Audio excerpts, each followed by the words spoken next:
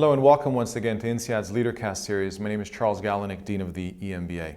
Today we have with us Cathy Sohn, who is the Senior Vice President of Worldwide Business Development and Strategic Alliances for GlaxoSmithKline, and that's for the Consumer Healthcare Division. And she'll be interviewed today by Thomas Diano, who is our Novartis Chaired Professor of Healthcare Management. Cathy, thanks for being with us here at INSEAD today. I appreciate the time that you're taking for this interview very much.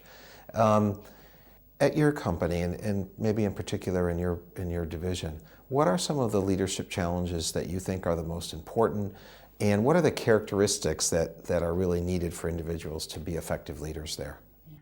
One of the things we look for, first and foremost, among our leaders is vision. Vision that will inspire others to follow. And we look for people that have a variety of backgrounds. So it's very important that leaders have experience in a variety of roles so they can bring that perspective to solving the challenges that we face. I think, as in other areas, great communication skills to help communicate the vision and to develop the plans. And then I think, lastly, relentless preparation. You know, I've spent most of my career working around new products, and I think the planning and preparation and flawless execution is really enabled by relentless preparation and a love and being energized by that challenge. Passion for that challenge? Leaders should have passion for what they do. You're going to spend a lot of time doing it. So if you have something where your passion lines up with the company's mission, priorities, and objectives, it really is probably the best combination. That makes a big difference. So I have a question for you, which sometimes is a hard one, and academics debate this, and I'd like to know what you think as a leader on your own. Do you think that the leadership challenges in healthcare, or even specifically in your company or your division, are that much different from leadership challenges, generally speaking? I think in healthcare, we have many challenges that are the same. That is to, share your vision and to inspire others to follow. But healthcare has a number of special challenges because there's such a disparity in healthcare, but everyone around the world wants better healthcare. So there's really a global interest in better health. And I think that's why leaders in the pharmaceutical industry devote their careers to coming up with new and better medicines or preventive therapies, vaccines, and other medicines that can be available without a prescription. It's because of this commitment to improving healthcare, very much like our conference topic today of Healthcare 2020. I think you're making a key point there about what maybe makes healthcare different is the fact that we're driven to try to improve people's lives. What aspect do you think that leaders or leadership needs to play in building relationships? Is that something that's sort of out of fashion for leadership in healthcare because they're worried about, especially in pharmaceutical companies, because you're so worried about technological advances, or you're worried about solving financing problems to bring treatments to people around the world? Is the relationship part left out anymore, or how do you see that? Quite the contrary. I don't think we can ever leave out relationships.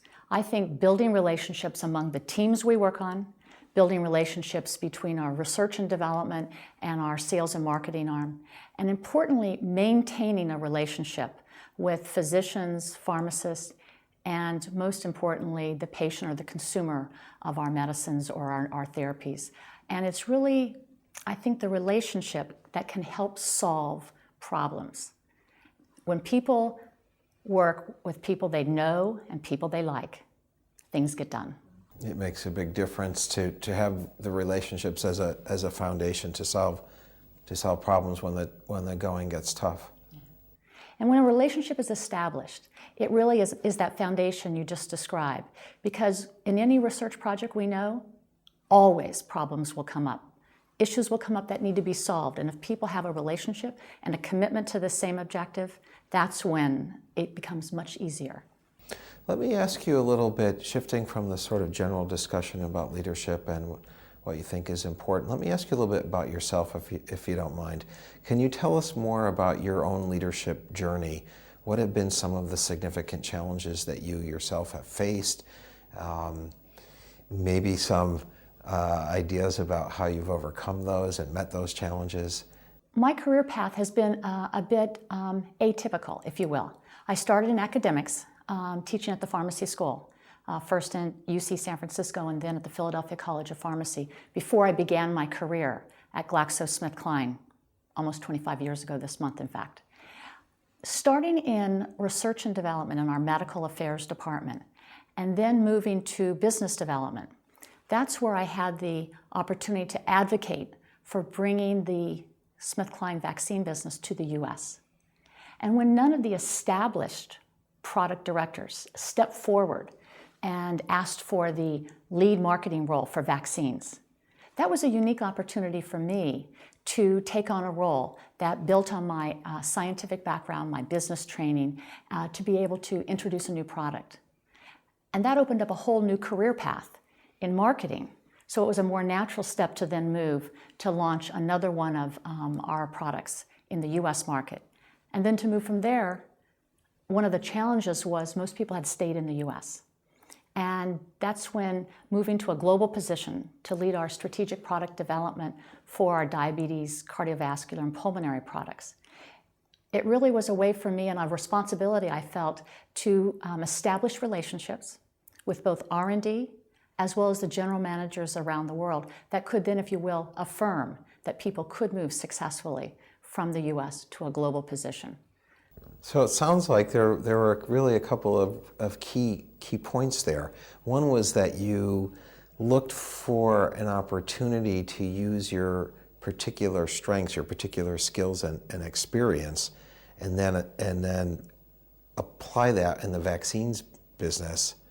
That was a key move, and I think it sounds to me like it was something that was partly driven by your own passion for those products, but partly in what they can do for people, and partly by your own thinking about your own strengths and where can I fit in and where can I add value. Is that a fair summary of it? It's exactly right. I think it's so important that you combine a passion for what you have with the company's objectives. And I have such a personal interest in public health and in preventing disease. You know, no longer should people be dying of hepatitis anywhere in the world when vaccines are available.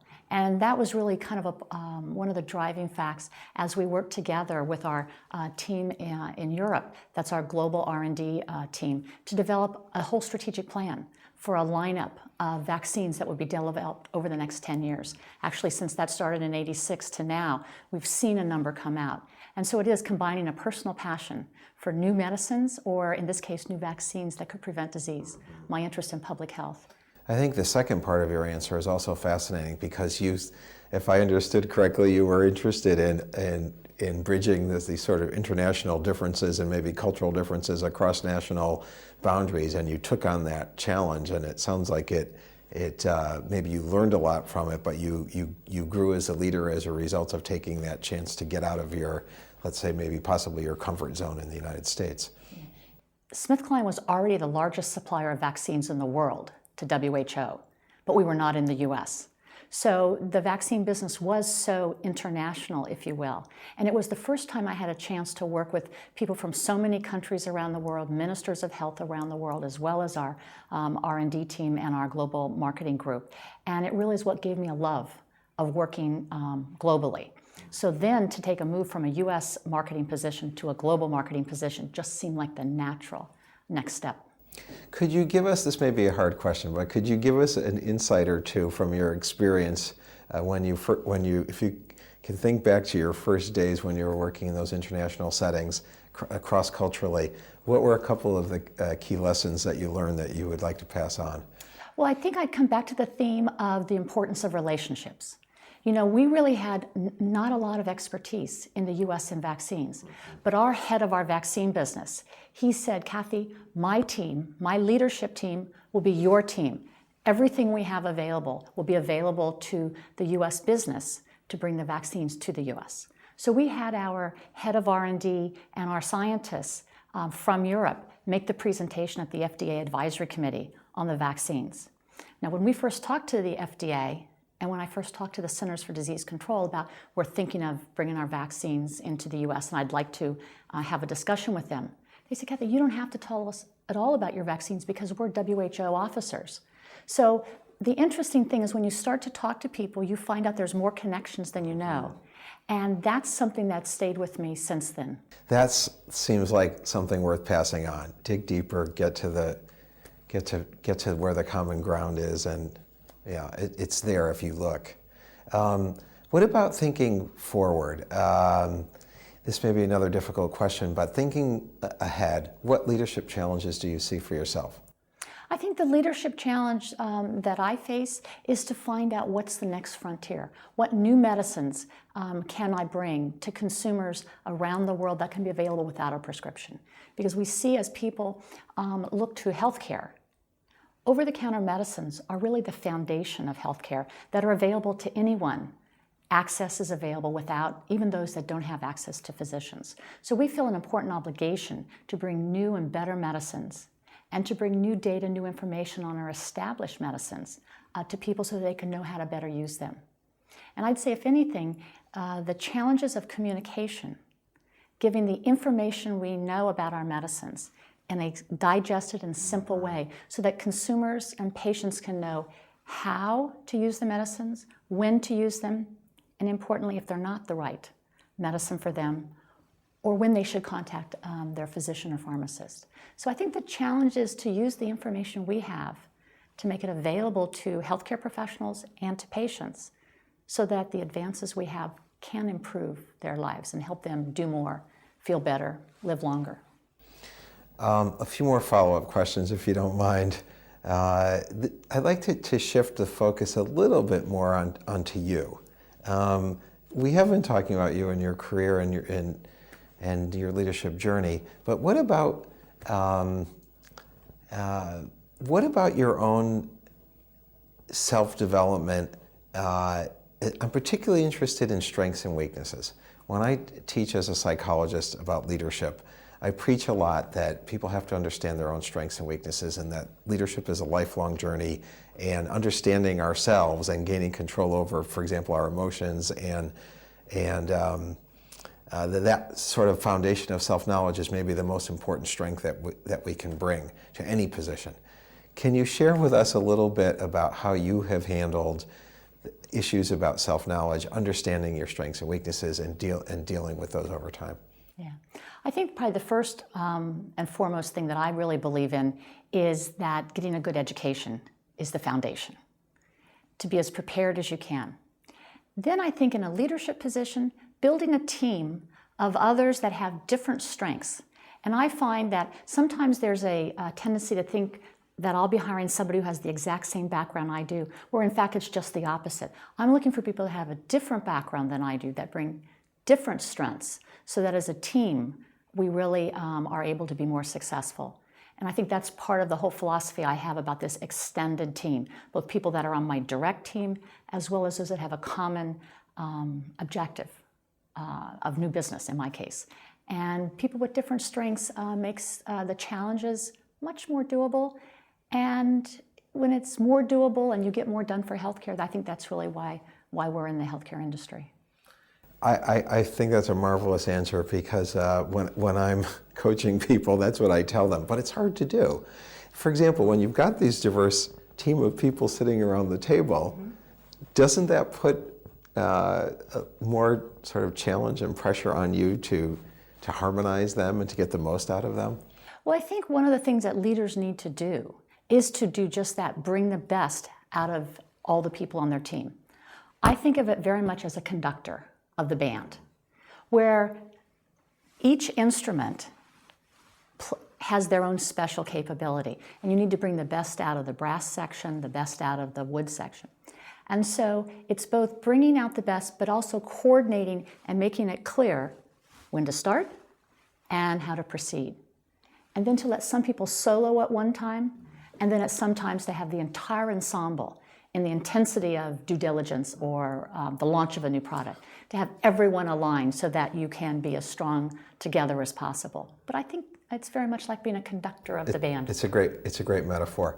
If we could wrap up, and you were going to pass on some advice to junior people who want to be leaders. Let's say that they have the motivation, but they're just starting off in their careers, maybe fresh out of MBA, maybe even not even before MBA, maybe not MBAs at all. What advice would you pass on?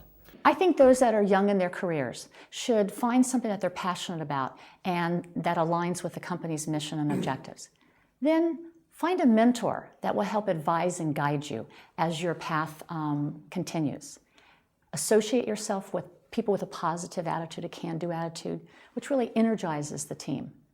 And then step forward and raise their hand to take on assignments that align with their passion. And don't be afraid to take on big challenges, because I think the trend is for leaders to have a variety of experiences, and many of them kind of made their mark by volunteering to be part of a task force for a big challenge. Again, I just think that's excellent advice, and I really appreciate your thoughtfulness on that reply. Let me ask you one other question, which I think is an interesting one for many people around the world, and it's particularly interesting for us at INSEAD. We're interested in the issue of women in leadership, and we're curious. I'm curious to know: do you have any special insights, or about the challenges for women leaders in healthcare, or for that matter in any field? And not only what do you think these challenges are, but again, do you have words of wisdom to pass on particularly for women, or for their male colleagues who want to support women leaders as well?